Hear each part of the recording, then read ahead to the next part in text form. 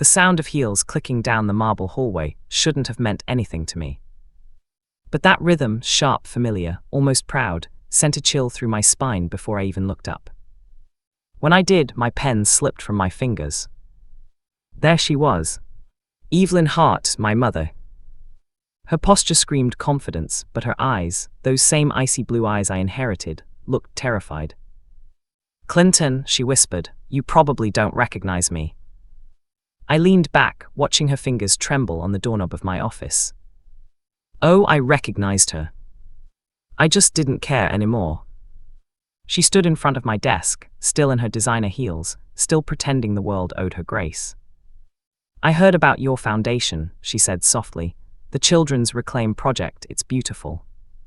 Her voice cracked on the last word. "Mine didn't. You mean the foundation for kids abandoned by their parents?" Her face twitched just once. That was the first time I realized this was going to be the most satisfying conversation of my life. I stared at her for a long time, long enough to feel the 20 years folding in on themselves. My mom left me at an orphanage so her new husband would marry her. 20 years later, she's standing in my office, asking for help. That's when I decided, this time, I'd be the one who walks away. My name is Clinton Hart. When I was 7, my mom said we were taking a trip. We stopped at a white bricked building with fading paint and a metal gate that squeaked every time it opened.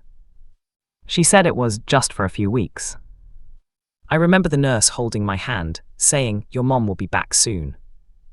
She never came. That night, I sat by the window until sunrise. Every car that passed made me stand up.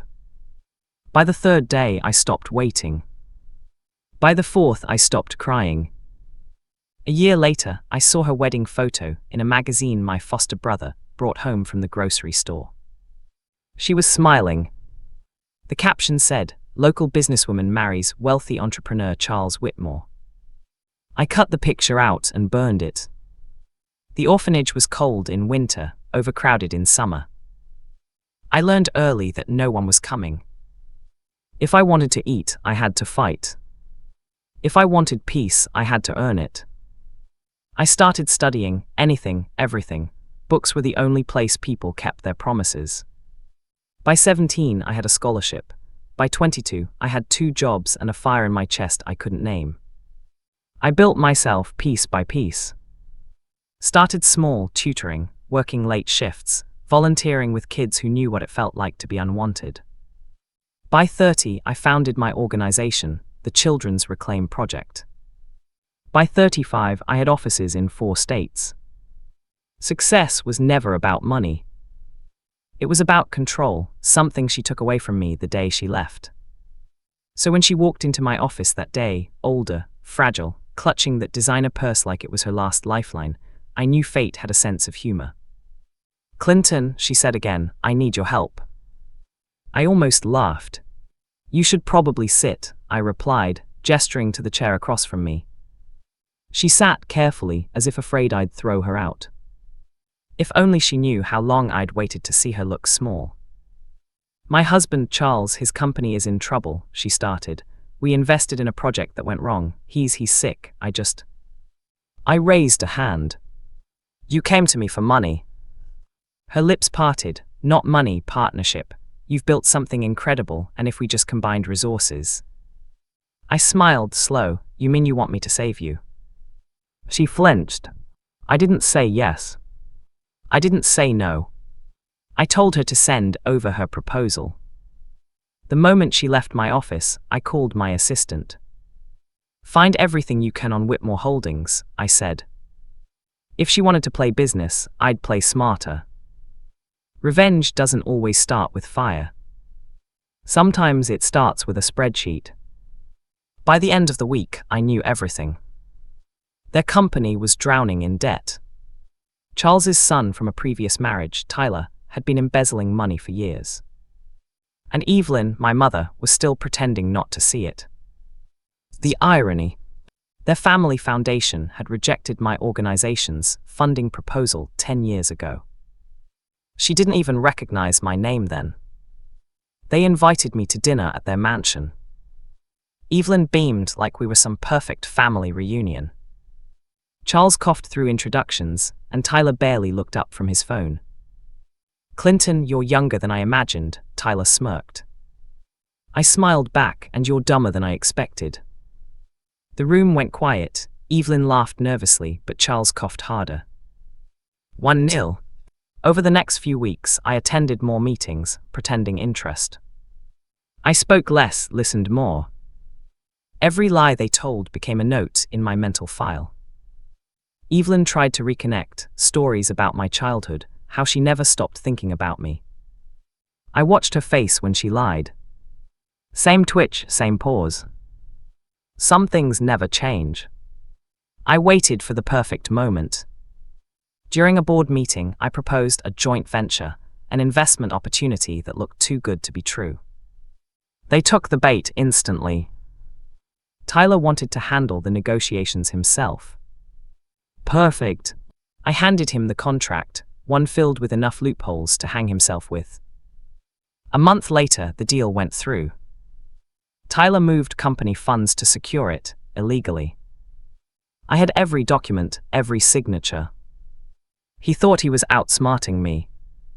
He didn't know I was recording everything. When Evelyn called me in tears, I almost felt sorry. Almost. "Clinton, something's wrong. Charles found out, Tyler's missing, the police are involved." I leaned back in my chair. "You should probably get a lawyer." "Clinton, please, you can fix this." I paused. "You fixed things once, remember, when you fixed your life by getting rid of me." Silence. Whitmore Holdings collapsed within weeks. Charles's investors pulled out. Tyler was indicted for fraud. Evelyn sold her jewelry to pay lawyers. Every headline felt like justice without blood. I didn't destroy them. They destroyed themselves with the same grade she once chose over me. She came back to my office again, this time without the heels, without the pride. Just a worn-out woman in a faded coat. "Clinton, I'm sorry," she said quietly. "I made mistakes. I thought I was doing what was best for us." I stared at her hands, shaking, empty, desperate. "For us," I repeated. "You left me with nothing." Her eyes filled. "Please, I have nowhere to go." That was the moment I understood something important. Forgiveness doesn't always mean reconnection. Sometimes it means letting the other person live with the consequences. So I handed her an envelope, a donation receipt from my foundation. "I already helped you," I said. "You inspired this organization. Every abandoned child I save is because of you." Her lips trembled. It was the cruelest kindness I could offer. 2 days later, the media ran the story. Whitmore Holdings collapse linked to family fraud. Her name was in every headline. And next to it, mine, the boy she left behind, now the man running the organization that helped victims of family abandonment. Poetic justice doesn't always scream. Sometimes it whispers on every newsfeed. A week later, I received a handwritten letter. "I was wrong," she wrote. "You were the best thing I ever threw away." There was no return address. I didn't need one. I folded it, slid it into my drawer, and never opened it again. My foundation grew bigger after the story broke. Donations tripled, more kids found homes. People called me inspiring.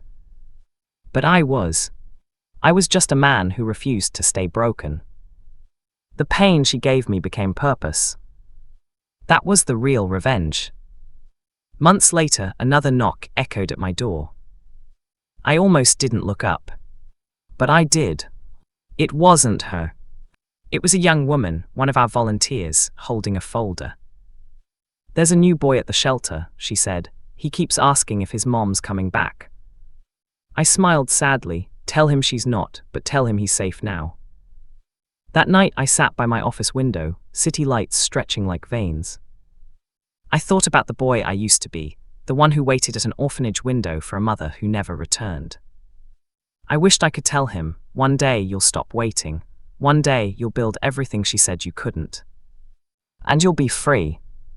A year later, I got word that Evelyn had moved out of the city, alone. She never contacted me again.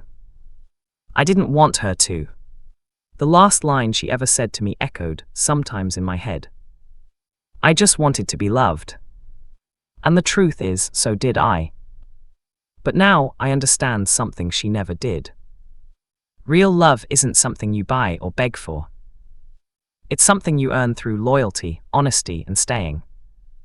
I turned off the lights in my office, the same one she once walked into begging for help. And for the first time in 20 years, I felt peace.